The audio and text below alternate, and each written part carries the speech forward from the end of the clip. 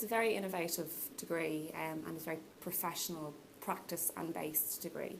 So what the degree is aiming for is to produce professionals at the end of the day who can implement a plan, who can plan their own curriculum and implement it into their environment, who are leaders and innovators in the field, who may not just work with children or run centres, but may go on and impact policy or be one of those policy makers and be part of the inspectorate that inspects and drives the professionalism of the sector forward. The classes are running on Mondays and Wednesday evenings from 6 till 10. There are some Saturdays within the terms.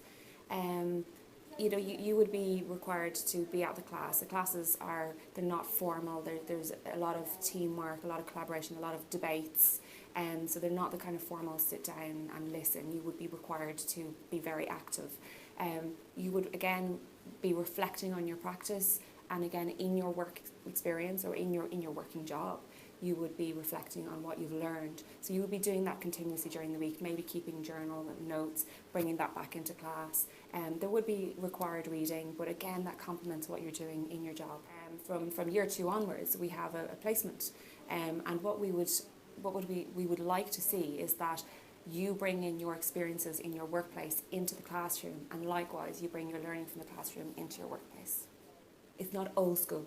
That it's the emphasis is on collaboration and teamwork and what you can bring to the table already. It recognises the professional you are at the moment as well as the professional that you will be in the future. There are modules that are built to recognise and build upon your skills. So say academic writing, you would have maybe from your level 5 to level 6 you've written academic essays.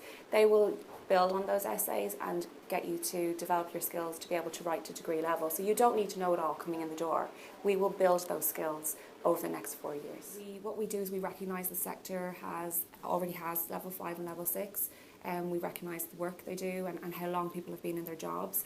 And what we do is we map them to the first year, and students who qualify, if we can map what they've learned to our learning outcomes for the first year, they can skip first year and go straight to second year, which means that they will have a level 7, an ordinary degree in 2 years, and an honours degree, a level 8, in 3 years' time. There's an exit at every level, so every year you finish, you get a certificate or you get a diploma. So for year 1, it's a certificate in education. Year 2, it's a higher certificate in early childhood education.